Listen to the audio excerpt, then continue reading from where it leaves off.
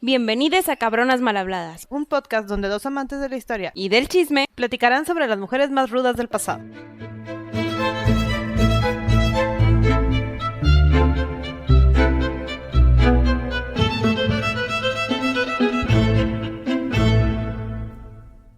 Hola Sandy. Hola Gaby. Intento 25,600. Hemos intentado tantas veces grabar a esta persona y nos es tan agobiante que no sabemos por qué, si es una de las mujeres más representativas de México en la época colonial y nos es tan interesante su historia, pero bueno, como es tan interesante y tan importante, lo estamos intentando por enésima vez. Pero esta es la vencida, en esta sí sale. Sí, tiene que salir. ¿De quién vamos a estar hablando hoy, Gaby? Vamos a hablar de Malintzin. Malintzin, Malinche, Malinali. En estas épocas recordemos que los indígenas no tenían un nombre fijo. Este cambiaba conforme la vida los trataba, así como actúan los genes en una persona. Y a ella la trató la vida muy mal. Sí.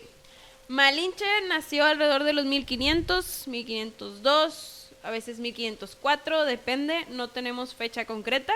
No, lo que tenemos como referencia de tiempo es que es el reinado de Carlos V, ya conocieron la zona del nuevo continente, ya estamos por conquistarlo. Entonces, Malintzin nace en Coatzacoalcos, Veracruz, que en ese lugar era un pueblito que se llamaba Olutla. Sí, una pequeña ciudad-estado, no es muy conocida por mucho más que por esto, no sabemos quiénes son sus papás como tal. La teoría nos dice que podría ser hija de un cacique, el papá, y la mamá es o una concubina o una segunda esposa. No creen que sea la esposa principal, pero sí es una familia acomodada. Por no ser ni la esposa principal o una concubina, Malintzin no es de las hijas más importantes que tiene. Entonces, prácticamente su vida se trata de un vaivén de esclavitudes. Todo sea por sobrevivir. Ajá, que termina en una lucha de supervivencia donde sale victoriosa, pero de eso se va a tratar el capítulo.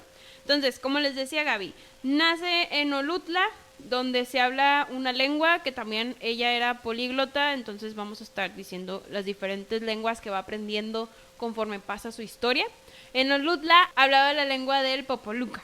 Sí, era la lengua de la zona. Ajá, que antiguamente se cree que era de los olmecas, que fueron migrando y por ahí ya se quedaron en Olutla. Solo es su primera lengua. Después vamos a ver que aprende náhuatl y algunos de los muchos mayas, pero vámonos con calma. Tenía a estas alturas como unos 8 años cuando empezamos a tener un poquito de lógica de su vida. Sí. Está muy arraigada a su casa. Me comentabas de todas estas tradiciones de vamos a enterrar el cordón umbilical en la casa. Sí, de hecho se usaba mucho en aquellas épocas donde, y hasta la fecha que nos ponemos estereotipos que probablemente no son ciertos, pero bueno, el hombre tenía ciertas actividades, la mujer tenía otras. La mujer hacía las actividades de la casa, todas las mujeres involucradas, era una zona donde se practicaba la poligamia, entonces había muchas mujeres en el hogar de un solo hombre. Y todas trabajaban en el hogar. Obviamente las nobles hacían los trabajos menos forzosos, como era hacer ¿cómo se llamaban, Gaby? Los telares, o bordar, la ropa, todo ese tipo de show. Y había otras que eran las que conseguían el hilo, cargaban cosas pesadas, que en este caso era lo que hacía Malinche. Aparte, a sus 8 años vivía cerquita de otro pueblo que se llamaba Tetiquipaque. En Tetiquipaque es donde hablaban náhuatl. Estamos hablando que estaban a kilómetros de distancia. Y que eran socios comerciales. Sí. Entonces sí tenía mucha relación con ellos y por eso sabemos que ya hablaba náhuatl y por la familia en la que creció creemos que hablaba náhuatl noble. Que es lo que la va a ayudar mucho a lo largo de la travesía que les vamos a contar. Exacto. Siguiendo, pasan sus 8 años de los que sabemos bien poquito y ahí por ahí nos enteramos de algo. Desaparece de su casa. No sabemos si la vendieron, si se perdió, si la entregaron. El caso es que sale de su casa en Olutla y termina en uno de estos mercados súper importantes del México de esa época en la zona de Veracruz. Sí, el lugar se llamaba Jicalanco, ahí compartían o hacían trueques los mayas, los mexicas, los mismos ahí popolucas. Entonces, pues todo mundo hacía ahí comercio y ahí es donde la llevan para venderla. sabemos que la venden como esclava, va a ir a dar a la zona maya, va avanzando, ahora sí que empezamos de la parte de arriba de Veracruz y vamos avanzando hacia la península. Al sur. La venden a una zona de Tabasco, donde ya se habla tanto maya chontal como maya yucateco, que son las 4 lenguas con las que se va a estar moviendo en el futuro. Llega a una casa acomodada en Putunchán, donde es esclava de lo que creemos que es la primera esposa o la señora más importante de la casa. Sí, aquí es donde pensamos que Malintzin, yo creo que a sus 8 o 10 años, tuvo sus primeros, tuvo sus primeras violaciones, ¿no? Porque como esclavos, así como pues los esclavos podrían ser tratos aparte de trabajos forzosos, también a que sufrieran abusos sexuales. Entonces, ya que ella estuvo aquí un tiempo, alrededor de 1517 es cuando llegan los españoles por segunda vez a conquistar el Nuevo Mundo.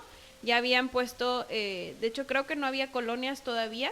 Había pequeños asentamientos más en la zona de la península, llegaron a esa zona, pues, de la puerta de entrada del Golfo, llegaron a ese puerto, llegan, se asientan, ya viene Cortés, ya vienen como que con intenciones un poquito más de conquista. Ajá. Van avanzando entre la zona maya y llegan a los pueblitos de Centla, Zempoala y todo ese pedazo muy maya, muy guerrero, muy fuerte. Donde está Marina. Exacto, donde está viviendo su tiempo como esclava. Yo creo que pensó que iba a ser esclava por el resto de su vida, iba a sobrevivir tanto como pudiera, pero pues haciendo los trabajos clásicos de una esclava. Sí. Entonces sucede la batalla de Centla, que este enfrentamiento entre los empualtecas, los españoles, es una matanza horrible. Bernal Díaz del Castillo, les ahorramos leer el libro, al menos por esta historia. Este es un historiador que fue en muchas expediciones de conquista. En este caso cuenta mucho toda la travesía de Cortés y con la Malinche. Entonces es la fuente principal de la historia que sabemos de esta mujer. Sí, de hecho, imagínense cómo son que el libro se llama La verdadera historia de la conquista. Sí, según esto, ¿verdad? Ellos están seguros de que esa es la verdadera historia. Este hombre nos cuenta que en esa batalla perdimos como a 400 personas, fue una masacre horrible, pero los locales no pensaron que estas personas rubias, cubiertas en metal, con pólvora, significaran mucho. Entonces, dentro de la diplomacia de la época sí se entregaban tributos, pero había rangos en los tributos. Los tributos eran mujeres. Exacto. Entonces, también había cosas, pero sí, principalmente mujeres. Sí. Y entregarle mujeres a un grupo de hombres que viene tradicionalmente solo, pues no era solamente para darles de comer. Uh-huh. Entonces, entregan los líderes de esta batalla a 20 mujeres como pues, regalo y como decirle, pues aquí están mis mujeres, ya vete. Son 20 mujeres esclavas las que las entregan a los españoles.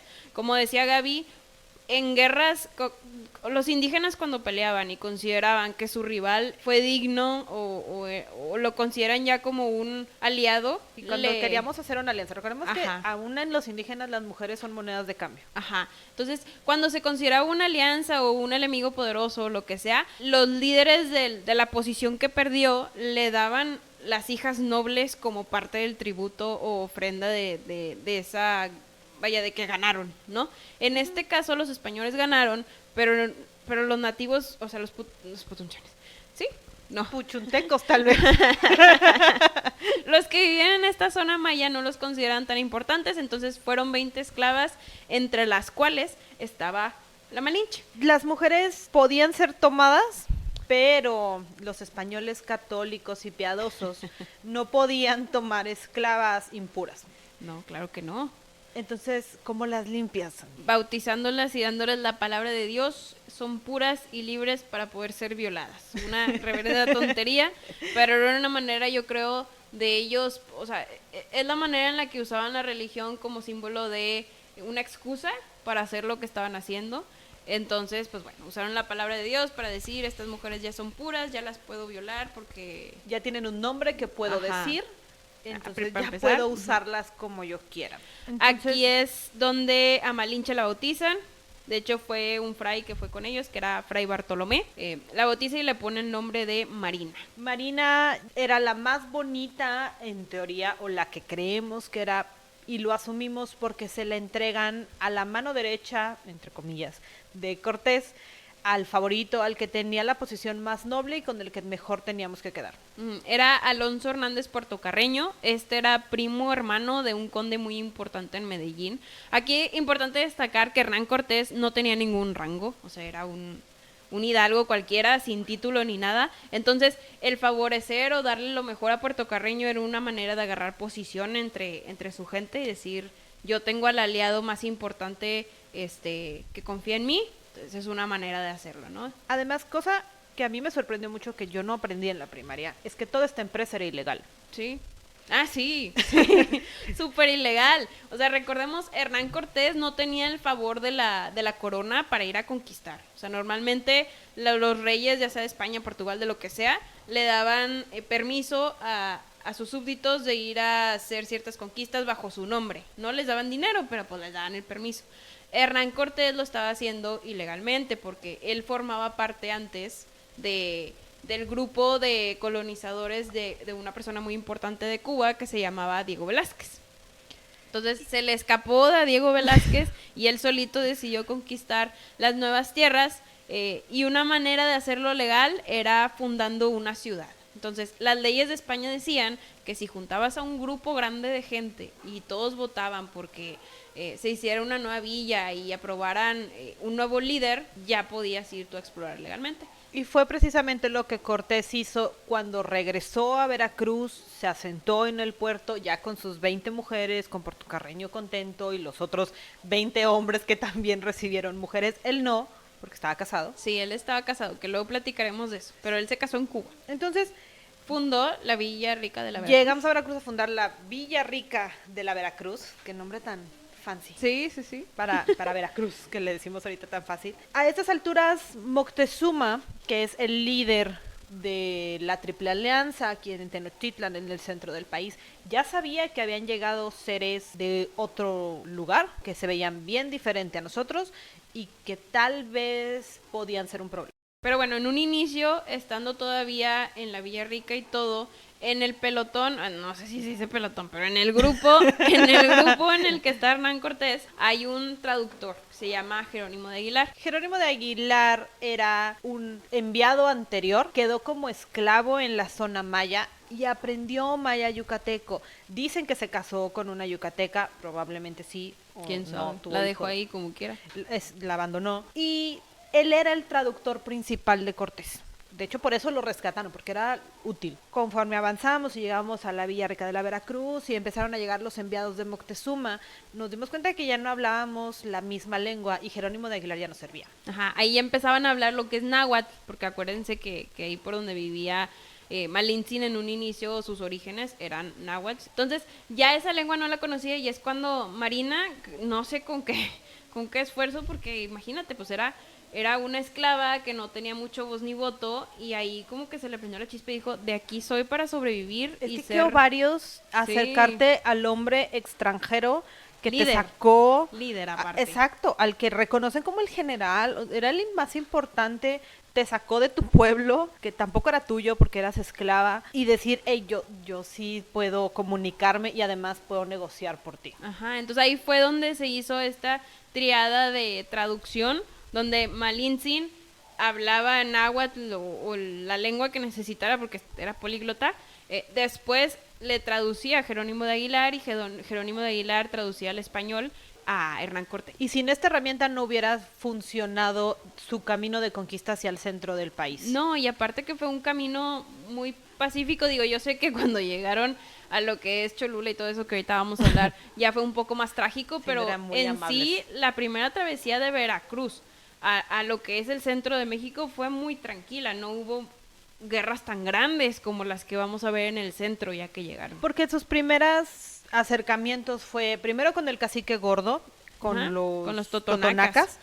Ahí el cacique gordo le dijo, yo no te puedo ayudar, yo suelo ser un pueblo pacífico, sí te cuento y a través de Marina te voy a decir todas las desgracias y lo mal que nos tratan los mexicas y por qué no los queremos, pero yo no te puedo ayudar, yo lo único que puedo hacer es una alianza muy fuerte contigo, le entrega a 3 de sus hijas, también 8, ¿no? Eran son 8 hijas de jefes. Perdón, o sea, perdí no a nada 5. más de él. Sí. 8 mujeres nobles. Ajá. Muy importante porque ya había una alianza y además le da como que Tips, ¿no? el tip más importante, además de cómo caminar y cómo ir avanzando, el tip más importante es, mira, el pueblo con el que están más peleados los mexicas son los tlaxcaltecas. Que están más al centro. Están más al centro, en el al cual Tlaxcala, te convienen, son guerreros, son bien fuertes y odian como a nadie más en esta zona a los mexicas. Cuando ya pasan por los totonacas y le regalan estas 8 mujeres, aquí ya toma otra posición Malintzin. Entonces, Malintzin, si se acuerdan, antes estaba con este puertocarreño. Como Hernán la empezó a necesitar más porque ya era su traductor oficial junto con Jerónimo de Aguilar, oye, se la tenía que quitar medio puertocarreño porque le dice puertocarreño, pues es que yo la necesito. Entonces, una manera de hacerlo polite, La más amable que encontró. Ajá, fue darle a la hija más importante de estas 8 que les entregaron como un intercambio, ¿no? Entonces dijo, dame a Malinche, yo te doy a esta otra mujer. Entonces ahí fue donde ya subió como que de rango Malinche y ya empezó a tratar ella personalmente con los líderes de las diferentes regiones que vamos a hablar. Y ya empezaba también a hablarle directamente a Cortés, porque yo no sé si fue un error, una bendición o la inteligencia de Malinche, pero Jerónimo de Aguilar le empezó a enseñar español. Entonces Jerónimo de Aguilar se volvió un poco inútil en esta expedición y ya se convirtió en un guerrero más, ya no un favorito, haciendo que Malinche tomara todavía otro rango más importante dentro de las conversaciones de la conquista. Sí, y voy a ser bien optimista y voy a pensar que a estas alturas solo era su traductor. Sí. Más al ratito hablaremos de eso. Entonces pasan por los totonacas, se van más hacia el centro, todo en burro, caballo y caminando bajo la selva, por lo que haya de vegetación en esas épocas, pero no había carreteras. No era fácil. Llegaron con los tlaxcaltecas. Los tlaxcaltecas, les decía, ya tenían mucho rencor. Habían pasado por muchas guerras floridas que usaban los mexicas para recaudar tributos que después iban a ser sacrificados. Se pelean con los españoles, se dan cuenta los españoles que los tlaxcaltecas no pelean de noche y Marina le explica que no se pelea de noche porque no se pelea contra el rey, contra el dios del sol, entre estas otras cosas que podía aportar Marina del conocimiento de la cultura. Que aquí, perdón que te interrumpa, aquí es mucho el tema donde ella ya no nada más se dedica a traducir, sino ya es como ya se vuelve una mano derecha, o sea, es como si fuera la consejera del rey, haz de cuenta. Era una consejera y ella misma al traducir las cosas con los líderes rivales le agregaba su jugo de cierta manera para hacer, no sé, si más formal o para darle más renombre a su... Conocía las costumbres y podía adaptar lo que decía Cortés. Sí, y hasta yo no dudo que, por ejemplo, los hacía ver más dioses de lo que eran. O sea, ya ven que estas gentes de España para los indígenas eran como dioses o gente... O sea, pues sí, pues eran güeros, altos, o pueden ser morenos, pero en sí eran gente extraña con armaduras, como decías. Sí, una de las tantas versiones que dice que lo confundieron con un dios y demás, puede haber sido fruto de este camino de traducciones. Sí, que ella le echaba más jugo, ¿verdad? Entonces, pues llegan con los tlaxcaltecas alrededor de 1519. Sí, el líder era Xicoténcatl el Viejo, porque eran bien creativos, entonces era Xicoténcatl el Viejo y el hijo. El joven, el viejo y el joven, hablan con los tlaxcaltecas, establecen una alianza muy sólida de tú vas a ser mi brazo militar para poder llegar a completar esta conquista. Cierran esta alianza con la hija de Xicoténcatl el Viejo. No me acuerdo del nombre náhuatl, y qué bueno porque si no lo hubiera dicho muy feo, pero cuando la bautizan toma el nombre de María Luisa. El líder de los tlaxcaltecas lo que quería era que su hija se casara con Hernán Cortés, ¿verdad? Y que era el líder de los españoles. Pero como dijimos, Hernán ya estaba casado, entonces no podía tomar a alguien como esposa si ya Dios le había dado una esposa. Entonces lo que hace es que a la hija del cacique se la entrega a su mejor amigo, que era como que su confidente y todo, que se llamaba Pedro de Alvarado, que era una persona muy tonta y ahorita vamos a ver por qué. Un poco de contexto de María Luisa. María Luisa era una mujer muy capaz, yo creo que igual de capaz que Malinche, pero lo que tenía ella era que tenía mucho rencor y quería venganza contra los mexicas. Entonces eso va a ocasionar graves heridas a lo largo de la conquista, pero es importante saberlo, que ella le tenía mucho rencor porque lo que hacían los mexicas era que cuando buscaban tributos o querían matar a gente o lo que sea, iban con los tlaxcaltecas y les robaban comida, oro y gente. Entonces posiblemente le mataron a amigos, le mataron a familiares. A su pueblo completo. Ajá. A Querétaro no era una princesa y le estaban matando al pueblo por ganas de Moctezuma o de la Triple Alianza. Entonces, era una situación muy tensa.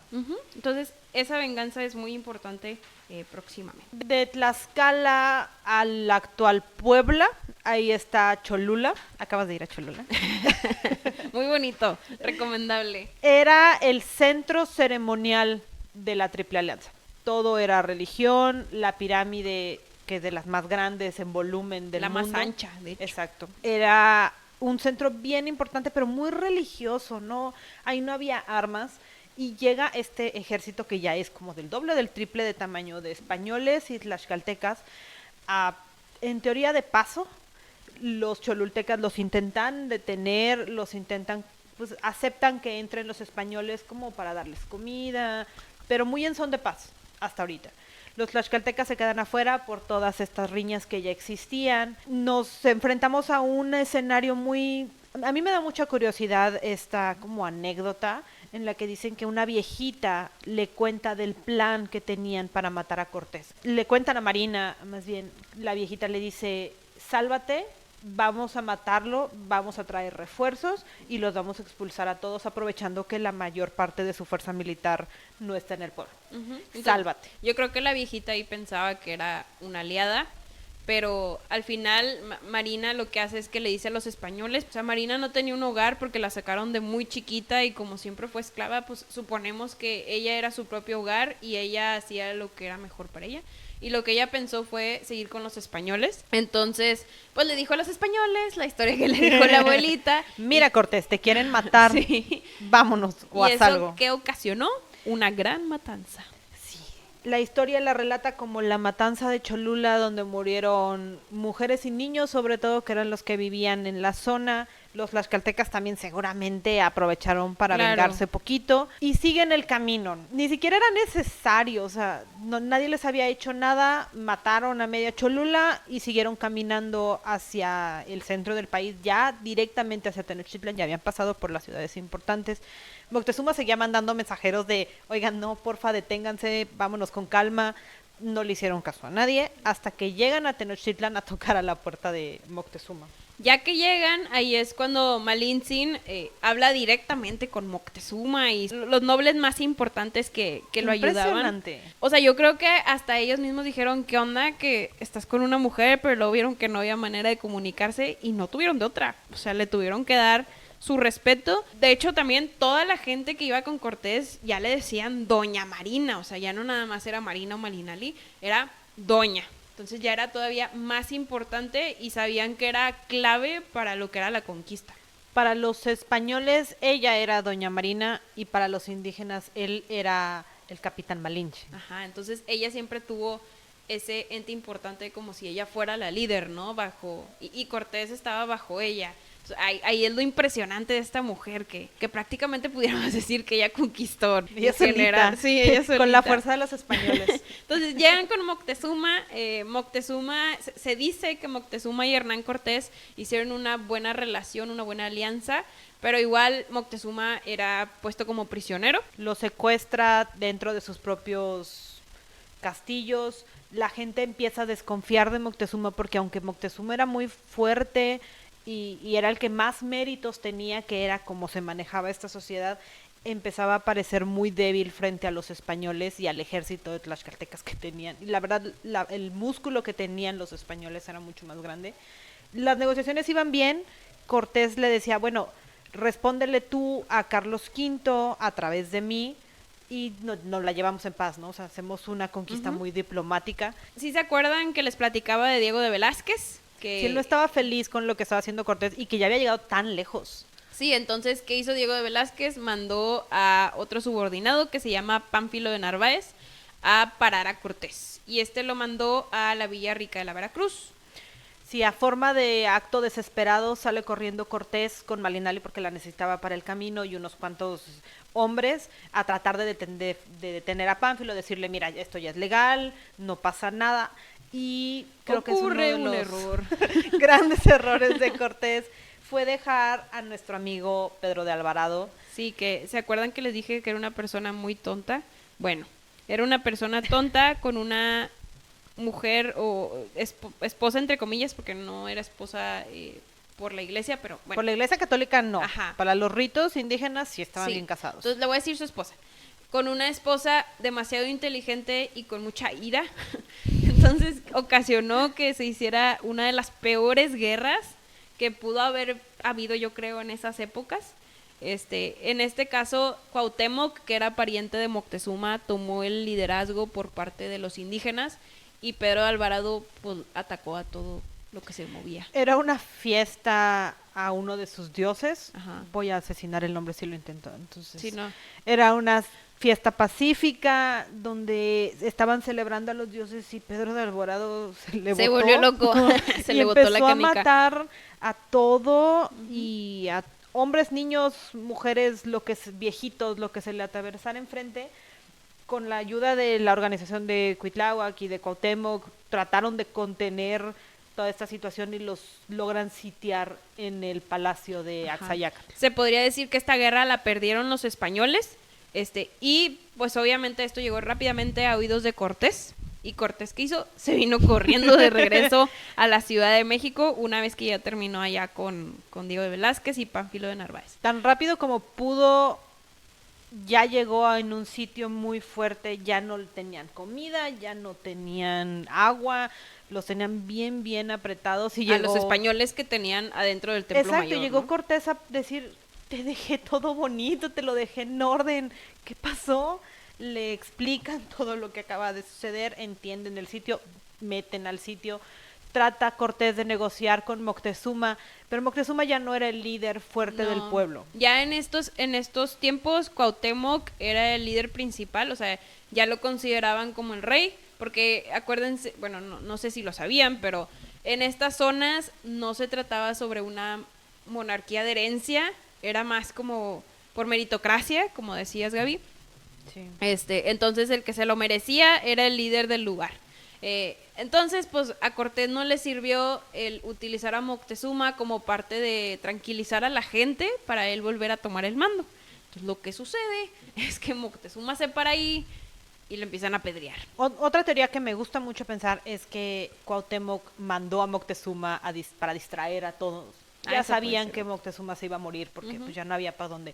Entonces los hijos, los tíos, porque pues eran parte de la familia, dijeron vamos a hacer como esta especie de plan para convencer a los españoles de que sí, los estamos ayudando, pero en realidad armar una fuerza más grande que después pudiera desembocar en lo que conocemos como la Noche Triste. Y aquí es donde sucede, donde Moctezuma muere, degradado por su gente, y pues ya se murió, y luego ponen al español triste y lamentable porque le mataron a su amigo en un árbol a huehuete, y es como lo conocemos de la Noche Triste. Sí, la Noche Triste fue esta huida de los españoles en las que van haciendo sus barquitos, protegiendo el quinto del rey, porque sí hay que pagarle al rey, y salvar a la mayor cantidad de españoles de este sitio. Salen, Cortés llora en el árbol, sí hay mucho de que hayan llorado a su amigo, lloró la primera batalla que pues él perdió, que nuevos historiadores, sobre todo mexicanos o de esta zona, dicen no es una noche triste, es una noche victoriosa, porque nosotros ganamos. Porque le decimos noche triste, no somos españoles. Pero bueno, esa es otra historia. Era parte de que la historia la escribieron ellos, ¿no? No tenemos la parte de los nativos o los indígenas. Esto sucedió en 1520. Entonces, si observan toda esta historia que nos acabamos de echar en 10, 15, 20 minutos, todo sucedió entre 1519 y 1520. Sí, súper resumida y con Malinche platicando con todo el mundo, tratando de estabilizar esto y de ser como que la más diplomática y estratégica y todo. Pero bueno, resumiendo, ya que sucedió esta noche triste, los españoles se volvieron a reagrupar y esta vez volvieron a intentar tomar Tenochtitlán y ahora sí la toman. De hecho, toman prisionero a Cuauhtémoc. y aquí es cuando se considera que ya se hizo la colonización española. Sí, ya es la caída de Tenochtitlan en el 1521 más o menos. Ya todos sabemos la historia de Cuauhtémoc y los queman y la tortura y todo lo que ha pasado. Para seguir con la historia de Marina, Marina ya había acabado. Sí. Su más grande trabajo ya estaba hecho, la conquista estaba terminada y va a su retiro. Sí, ya una va. Hacienda. Hernán Cortés no se queda en Tenochtitlán, se va a un lugar cercano que se llama Coyoacán y ahí hace una hacienda y ya se asienta para ser el líder de esta área de México. Una vez que se queda, hay una persona muy importante, si se acuerdan, que dijimos que Hernán estaba casado. Entonces, su esposa reside en Cuba o residía en Cuba. Y en este caso, pues ya se escuchaban las grandes lenguas de, este grandioso conquistador Hernán Cortés que ya hizo la paz y ya está residiendo en México. Y lo que escuchó su esposa, que se llamaba Catalina Suárez Marcaida, era pues déjame, me voy con mi esposo porque oye, ya si terminó. yo fuera Marcaida, yo también diría, yo también puedo ir a gozar de todas las conquistas de mi esposo. Claro, entonces, ¿qué hizo? Se fue de Cuba al centro de México, a Coyoacán, y obviamente Hernán Cortés estaba contentísimo, Gaby. Por supuesto, era feliz de tener a su esposa que no había visto nunca. Aquí hay muchos chismes sobre qué le pasó a esta mujer. Marcaida se cuenta que llegó y nadie la quería. Y fue, yo creo, con varios de algunos hermanos o amigas o criadas que iban con ella en el trayecto. Duró muy poquito ahí con vida.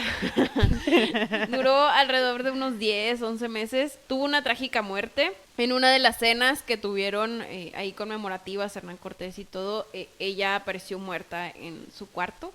Hay muchas teorías. Una de ellas era que Marina estaba tan celosa porque pues tomaba el cariño de Hernán que la mató. Ah, porque Marina vivía en esa casa. Ajá. No creemos en la teoría de que estaba enamorada de Hernán, por ni supuesto Hernán de que ella. No.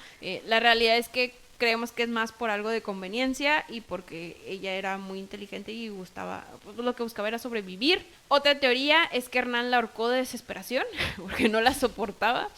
Y una tercera es que alguna de las concubinas o los amores de Hernán la mató en general. Se hicieron juicios, investigaron por qué se murió. No consiguieron nada, decidieron que pues nomás se murió porque se murió. A nadie culparon por nada y listo, eso fue lo que le pasó a Catalina Suárez Marcaida.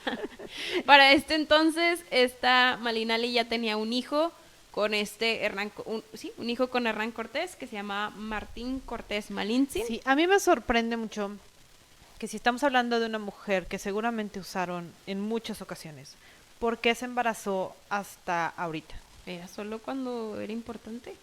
Ella sabía, yo sí creo que eran brujas. Sí. Grandes hierberas. Sí, eran herbólogas y yo creo que eso le ayudó mucho a que, aunque a lo largo de su trayecto de vida, yo creo que sufrió muchas violaciones, pues de alguna manera prevenía estos embarazos y solo se embarazó cuando realmente le convenía. Que en este caso era para reforzar la alianza que tenía con Hernán. Entonces, y porque Cortés no tenía ningún tipo de heredero, sí. Al menos no que reconociera en este momento. Nace, como dices, Martín Cortés en 1525. 23. 23. Algún día voy a saber escribir bien ese nombre. Sí. Nace, lo cuida muy poquito tiempo y ahora sí, en el 25 lo manda a España a que lo terminen de educar. Correcto. Acuérdense que, bueno, nunca lo dijimos, pero en 1525 fue cuando a Cuauhtémoc ya lo mataron, porque ya no era útil. Así como lo mataron, pues también a Hernán le salieron aires de grandeza de querer explorar más y querer ir a Centroamérica a hacer más conquistas. Sí, pero el güey nunca aprendió a hablar alguna de las lenguas. No, entonces se quería llevar a Marina a fuerza. Y Marina no se dejó. No, Marina ya lo que quería yo creo que era descansar, ya se sentía en un lugar tan cómodo y como que encontró su hogar, que lo que menos supongo que yo que quería era irse otra vez a batallas. Y ya había mandado a su hijo al otro lado del mundo que ella nunca iba a conocer, pero como nada tonta sabía negociar, entonces le dijo, ok, va, me necesitas para poder hacer tu nueva travesía, quiero a cambio que me cases. Con alguien bien. Y una buena dote. Ajá. ¿Qué hizo? La casó con Juan Jaramillo. Juan Jaramillo fue uno de los fundadores ahí de unas zonas de México que se llama Tepeaca. Era un español muy renombrado. Igualmente con él tuvo una hija que se llamaba María Jaramillo, según entiendo se llevaba muy bien con su hermano Martín Cortés. Sí, se llevaban bastante bien, había bastante diálogo, creo que sí hay cartas. Gracias al testamento de María Jaramillo, que tampoco se llevaba muy bien con la segunda esposa de su papá, sabemos que peleó las tierras de su mamá. Ajá, porque no nada más la casaron con Juan. La dote eran las tierras que ella más quería. Le dieron las tierras de Olutla, entonces ella era la señora de Olutla. Si se acuerdan, estábamos hablando que en la cultura indígena el cordón umbilical formaba parte como de este ciclo de donde naces, te tienes que morir. Entonces, en este caso, Marinali lo logró, fungió muy bien sus raíces de donde nazco y entierro mi cordón, ahí muero, y lo hizo, ¿no?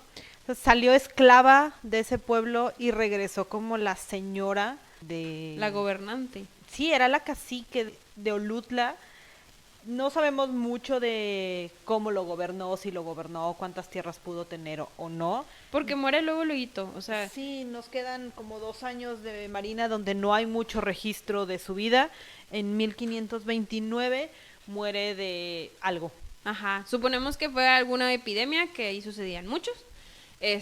Y pues muere, pero muere ya como una doña, muere joven, pues que si decimos que nació en 1500, murió alrededor de los 28, 27 años, que para estas épocas no era tan viejo era 40. Entonces, esta es la historia de esta mujer, mujerona, que no me dejarán mentir que es uno de los personajes más importantes de esta época de colonización. Prácticamente ella fungió como líder principal a la mano de Hernán, una gran consejera, y donde nació terminó en sus raíces fungiendo como líder y obteniendo lo que ella quiso, y ahora sí estableciendo un lugar al cual llamar hogar. Ay, qué bonito sonó. Y pues esta es la historia de Malintzin, ojalá les haya gustado mucho. En los links que vamos a poner en este audio, ya sea en cualquiera de las redes en las que estemos, les vamos a poner una serie muy padre que vimos en Prime Video. No es aquí comercial ni nada, pero es muy padre para entender un poquito mejor la historia de esta mujer en específico. Se llama Hernán, y pues ahí les vamos a dejar el link junto con otros. La serie y los libros que leímos que te cuentan un poquito más de esta historia. Muy interesante, muy vasta, aunque no haya mucho escrito directamente de ella. Así es. Y pues listo, muchas gracias y nos vemos a la próxima. Bye. Si quieren escuchar sobre alguien en especial, nos pueden contactar en nuestras redes sociales. En Instagram como cabronasmalhabladas_podcast o por correo cabronasmalhabladas@gmail.com.